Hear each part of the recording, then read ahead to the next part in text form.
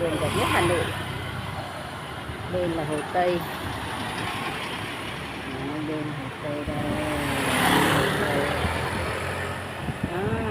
Chỗ này là cái chỗ mà các bạn vừa là nhà hàng và vừa là phương tiện luôn đây này.